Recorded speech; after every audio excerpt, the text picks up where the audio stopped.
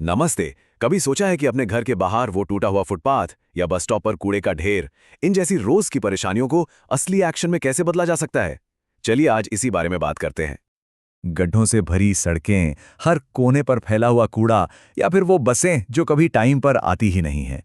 ये सब हम रोजाना देखते हैं और ज्यादातर बस अफसोस करके आगे बढ़ जाते हैं। लेकिन क्या हो अगर इन प्रॉब्लम्स को सिर्फ एक परेशानी की तरह ना देखा जाए, बल्कि इन्हें बदलाव लाने का एक जबरदस्त मौका समझा जाए। तो चलिए थोड़ा और गहराई में चलते हैं। एक फॉर्मल शिकायत दर्ज करना सिर्फ अपनी भड़ास निकालने से कहीं ज्यादा पावरफुल है। ये अपने मोहल्ले में, अपने शहर में एक असली बदलाव लाने का एक बहुत ही ठोस तरीका है। देखते हैं कि ये इतना असरदार क्यों है। अच्छा, तो ये वाला हिस्सा बड़ा कमाल का है। देखिए, एक अकेली शिकायत कितना बड़ा सिस्टम हिला सकती है। सबसे पहले तो एस्केलेशन पावर। इसका मतलब है कि लोकल लेवल पर कोई आनाकानी कर रहा है तो कोई बात नहीं, शिकायत सीधे पहुंचती है चीफ मिनिस्टर ऑफिस तक। फिर आता है डेटा फॉर पॉलिसी।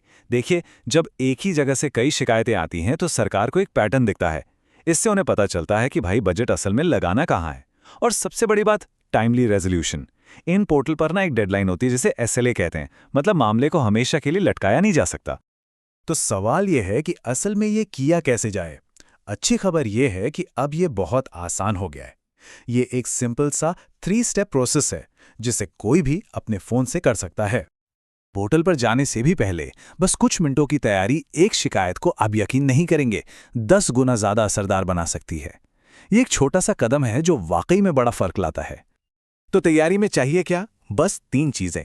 पहली, प्रॉब्लम की एक साफ सुथरी फोटो या फिर एक छोटा सा वीडियो। दूसरी, एकदम पक्की लोकेशन, मतलब पता, कोई आसपास का लैंडमार्क, रोड नंबर या अगर बस की बात है तो उसका नंबर। और तीसरी चीज, एक मोटा मोटा अंदाजा कि कौन सा डिपार्टमेंट इसके लिए जिम्मेदार होगा। म्युनिसिपल कॉर्पोरेशन है, पीडब्ल्यूडी है या फिर ट्रांसपोर्ट डिपार्टमेंट।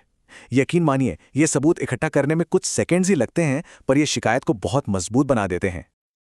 और देखिए, शिकायत दर्ज करने की असल प्रक्रिया अब कितनी सीधी और सरल हो गई है। बस अपने राज्य के पोर्टल पर मोबाइल नंबर से रजिस्टर करना है, सारी जानकारी भरनी है, सबूत के तौर पर फोटो या वीडियो अपलोड करना है और सबमिट कर देना है। बस हो गया। तो यहां सबसे जरूरी बात आती है। सबमिट करते ही एक यूनिक ग्रीवेंस आईडी मिलती है। इस नंबर को तुरंत सेव कर लेना है। यही वो चाबी है जिससे शिकायत का स्टेटस ट्रैक हो पाएगा और जरूरत पड़ने पर अधिकारियों से फॉलोअप भी किया जा सकेगा। ठीक है, अब ये तो पता चल गया कि शिकायत कैसे दर्ज करनी है, पर अगला सवाल है कहां करनी है। चलिए अब ये देखते हैं कि ये सुविधा पूरे देश के नागरिकों के लिए कैसे उपलब्ध है। यहां एक जरूरी बात समझने वाली है। भारत के हर राज्य का अपना एक पोर्टल होता है। हो सकता है उनके नाम अलग अलग हों, लेकिन इन सभी का मकसद और काम करने का तरीका एक ही है: लोगों की आवाज को ऊंचे लेवल तक पहुंचाना। अपने राज्य का पोर्टल ढूंढना बहुत ही आसान है। गूगल पर बस अपने राज्य का नाम और सीएम ग्रीवियंस पोर्टल लिखकर सर्च करने से सही लिंक मिल जाएगा। जैसा कि यहाँ दिख रहा है, उत्तर प्रदेश में जन सुनवाई है, तमिलनाडु में मुदलवरिन मुगावरी और हरियाणा में सीएम विंडो। मतलब हर राज्य ने अपनी जनता के लिए एक सीधा रास्ता बनाया है। और हां, अगर कोई मुद्दा केंद्र सरकार के किसी मंत्रालय या विभाग से जुड़ा है, जैसे मान लीजिए रेलवे या पासपोर्ट, तो उसके लिए पूरे देश का एक ही पोर्टल है, CPGRMS, यानी centralised public grievance redress and monitoring system. तो ये सारी जानकारी हमें इस पूरे मुद्दे के सबसे जरूरी हिस्से पर लाती है। अब सिर्फ एक मूक दर्शक बने रहने की बजाय एक एक्टिव नागरिक बनने का समय आ गया है। इसका मतलब है सिर्फ समस्या पर अफसोस जताने के बजाय खुद समाधान का हिस्सा बनना। ये सारे डिजिटल टूल्स अब हमारी उंगलियों पर हैं। इनका इस्तेमाल करना सीधे तौर पर उन अच्छी पब्लिक सर्विसेज की मांग करना है जिसके हम सब नागरिक हकदार हैं।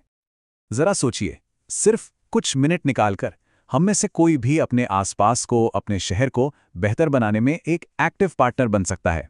तो अब सवाल ये नहीं है कि क्या करें, सवाल ये है कि सबसे पहले कौन सी समस्या को सुलझाया जाए।